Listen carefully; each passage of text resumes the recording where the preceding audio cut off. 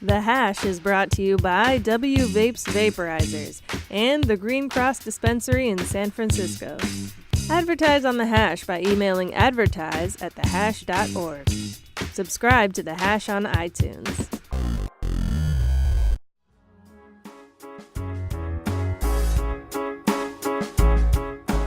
Welcome back to The Hash. I'm David Downs. On this episode, we're bringing you the second half of our conversation with HelloMD's Pamela Hadfield.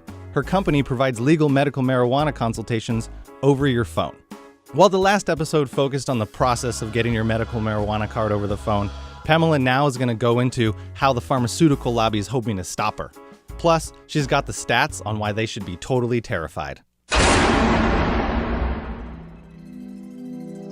If people continue to move to cannabis and away from narcotics at the same level that they're doing today, the effects on the pharmaceutical industry will be billions of lost dollars. There's a quote-unquote medical board, the Federation State Medical Board, which is not really a medical board, it's a pharmaceutical lobby. They've got their nose to the ground on this because there's a lot at risk for them. And so this medical board is making noises that they would like the regulations to be rolled back. Now, why? Who funds this? It happens that the pharmaceutical bodies that make OxyContin and Percocet fund this medical body.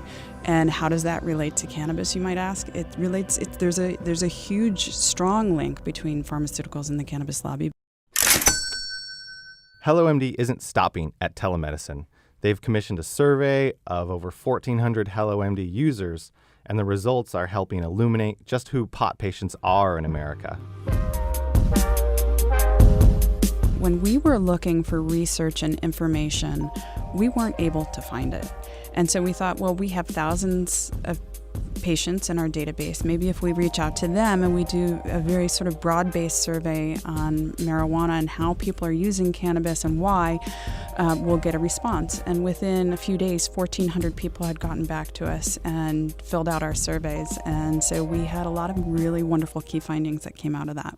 84% of respondents strongly agreed that cannabis actually provided them relief from their medical symptom. That's a huge amount of people. Right? And what that leads me to believe, and what I've seen since then, is that when people respond to such a thing as cannabis and it actually helps them feel better, they become very passionate about it. Yeah. And that leads them to tell everyone that they know about that. And that was one of the other key findings, is that 96% of people that did actually respond positively are very, very comfortable with telling everyone around them. Yeah. So that, the network effect of what's going on within cannabis and the medicinal patients and what they want to do with that information is pretty astounding. Yeah, they become like evangelists. Exactly. If I meet somebody who has a migraine and they suffer and they're in bed and using Vicodin and Imitrex every day, you bet I'm going to tell them. I know growing up, you either had weed or you didn't. The idea that there was strains of weed was like some type of marketing ploy, you thought. But the survey data is showing that that there might be something to the idea of cannabis strains. 86% of people show a strong preference for a particular cannabis strain and observe differences in how different strains affect them. That feels like the first time science or surveys have weighed in on the idea that strains mean something in terms of effect.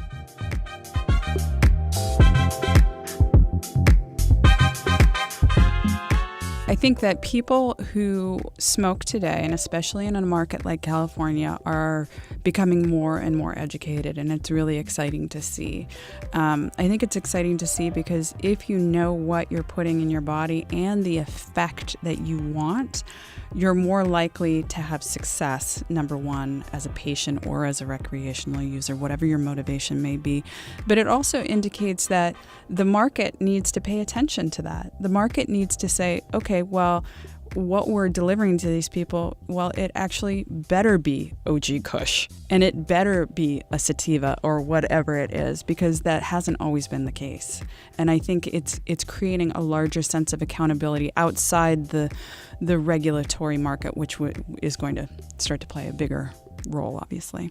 Why are patients getting recommendations in California? What are their primary indications you found in your survey? So I think that the primary indications in California are not unique to California, and my guess, and this hasn't been done, across the states, but it's pretty much across the board. It's chronic pain, it's anxiety, it's stress, it's insomnia, it's arthritis, and there's also a lot of back pain. Also migraines. I mean, that's a kind of a wide swath, but I would say probably number one is chronic pain. The interesting thing when you ask what the conditions are, people don't come to you and usually have one condition. They'll have chronic pain and they'll have anxiety. Right? About they'll have chronic, yeah, exactly. Like, when is it going to go away? Yeah, they'll have chronic pain and they'll have insomnia because of the chronic pain. So, one begets the other. So typically you're not going to find patients that just have one box checked. It sounds like some people might even be using it or seeing beneficial side effects in terms of their sexuality. More women than men tend to use cannabis to boost their libido, shall we say. Again, it's one of these things. Why is it that cannabis helps with libido or sexual enhancement? And it reduces anxiety for a lot of people, right? It brings those barriers down. It also elevates a sense of creativity, which in sexual contact can actually be a good thing. So there are a lot of things that could actually be the reason why. Nobody's actually pinpointed it, but it does. I mean, people seem to like it.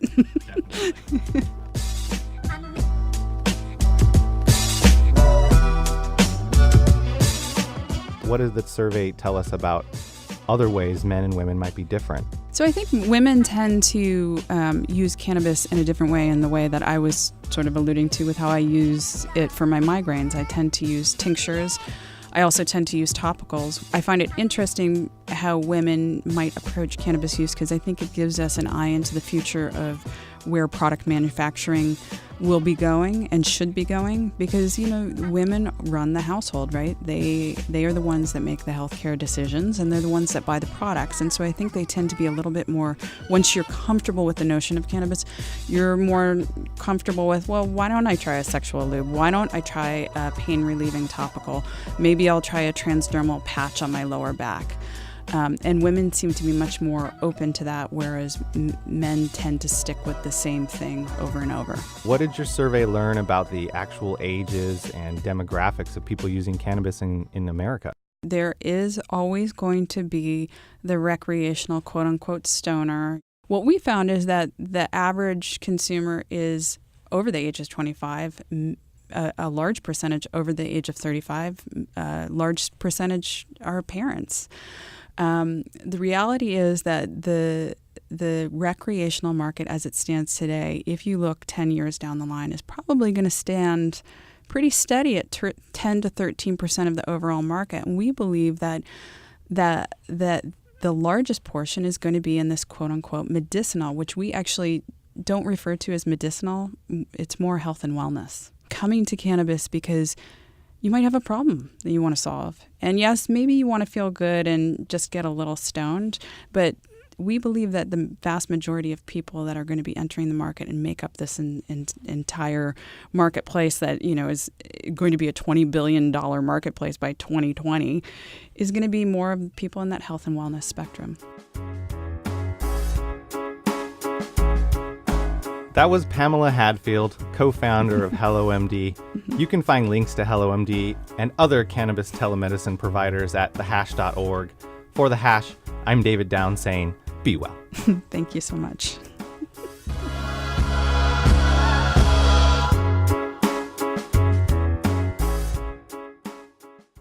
The Hash is sponsored in part by Craft Medical Cannabis Delivery, available at bayareacraft.org.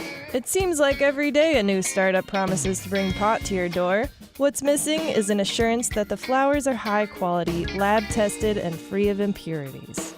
The award-winning Citizens Research Alliance for Therapeutics was founded by some of the Bay Area's original dispensary operators. The 3-year-old Berkeley-based Craft delivers exclusively world-class medical cannabis. Craft is a certified clean green collective, meaning independent third-party inspectors make sure Craft cannabis is free of pesticides and pathogens. Vote with your dollars for clean, consistent, high-quality cannabis products. Schedule a craft delivery of their 2014 High Times Cup-winning Tahoe Chem or Craft's Chem Scout at bayareacraft.org today.